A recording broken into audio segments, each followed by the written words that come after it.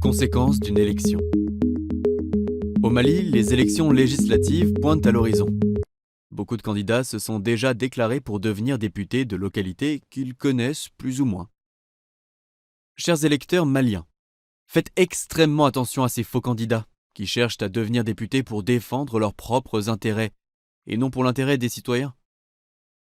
Les élections législatives ont des conséquences et un mauvais choix peut freiner le développement d'une localité pendant des générations. Avant de voter pour une personne ou un parti politique dans le cadre de ces élections, essayez de savoir tout d'abord quel est le rôle d'un député.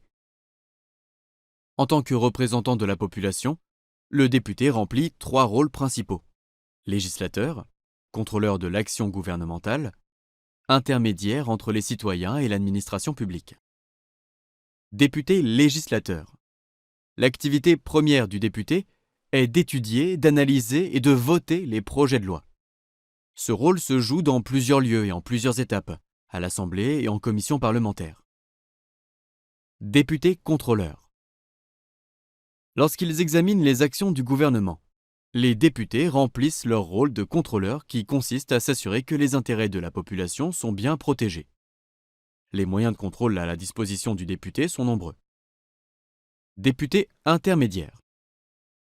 Un député agit comme intermédiaire entre les citoyens et l'administration publique. Il représente ses concitoyens. Chaque semaine, quand il ne siège pas à l'Assemblée, il travaille dans sa circonscription.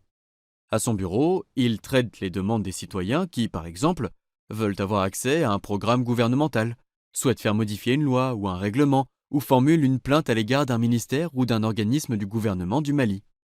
Il s'assure que sa communauté reçoit sa juste part des programmes publics en santé, en éducation, sur le plan de l'aide à l'emploi, etc. Il peut, au nom d'un groupe, présenter à l'Assemblée une pétition demandant le redressement d'une situation subie par une personne ou une association et qu'il considère injuste. Enfin, le député fait la promotion du développement régional. Il fait valoir les besoins de sa circonscription auprès des ministres et des fonctionnaires responsables de l'allocation des finances de l'État. Il défend les dossiers de sa circonscription auprès des autres organes gouvernementaux.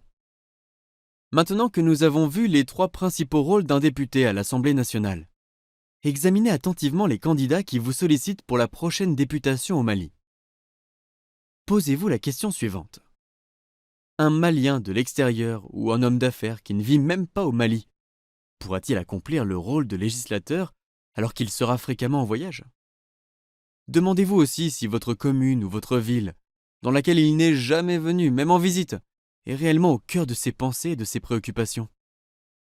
Chères Maliennes et chers Maliens, faites extrêmement attention aux politiciens fantômes qui n'apparaissent que périodiquement lors des élections.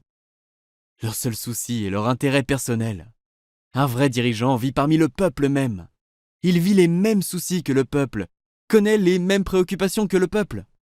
On n'a pas besoin de lui expliquer les misères du peuple, car il les vit avec lui.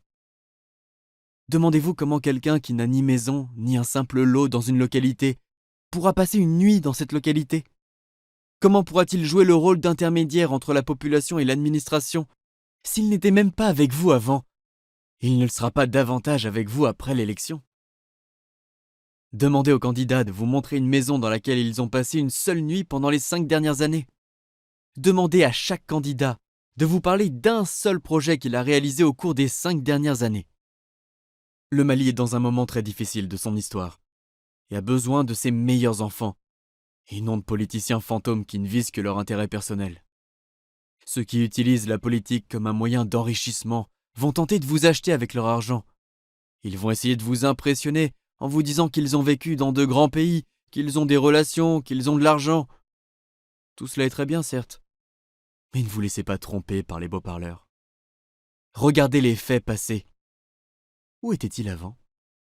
Qu'ont-ils fait pour la localité? Ne vous laissez pas acheter avec un sachet de thé, la somme minable de 1000 francs CFA ou un t-shirt.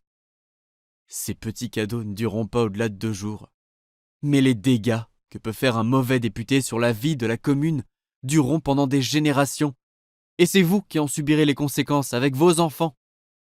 Ils construiront leur maison, leur affaire et leur fortune sur votre dos au lieu de se préoccuper de vous qui les avez mis à ce poste à cause de quelques cadeaux minables. Il est temps que la jeunesse malienne change et se soucie de son avenir.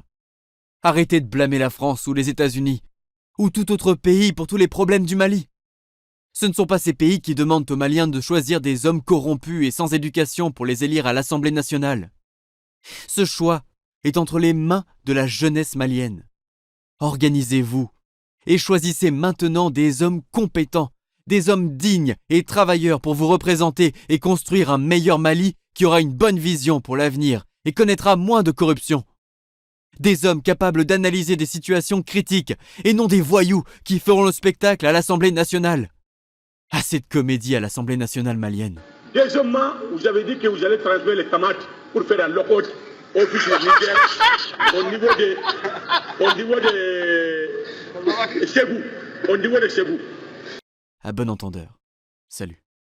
Merci de partager massivement et de commenter d'une manière intelligente et organisée afin de lancer un appel à élire des députés compétents pour un meilleur avenir au Mali.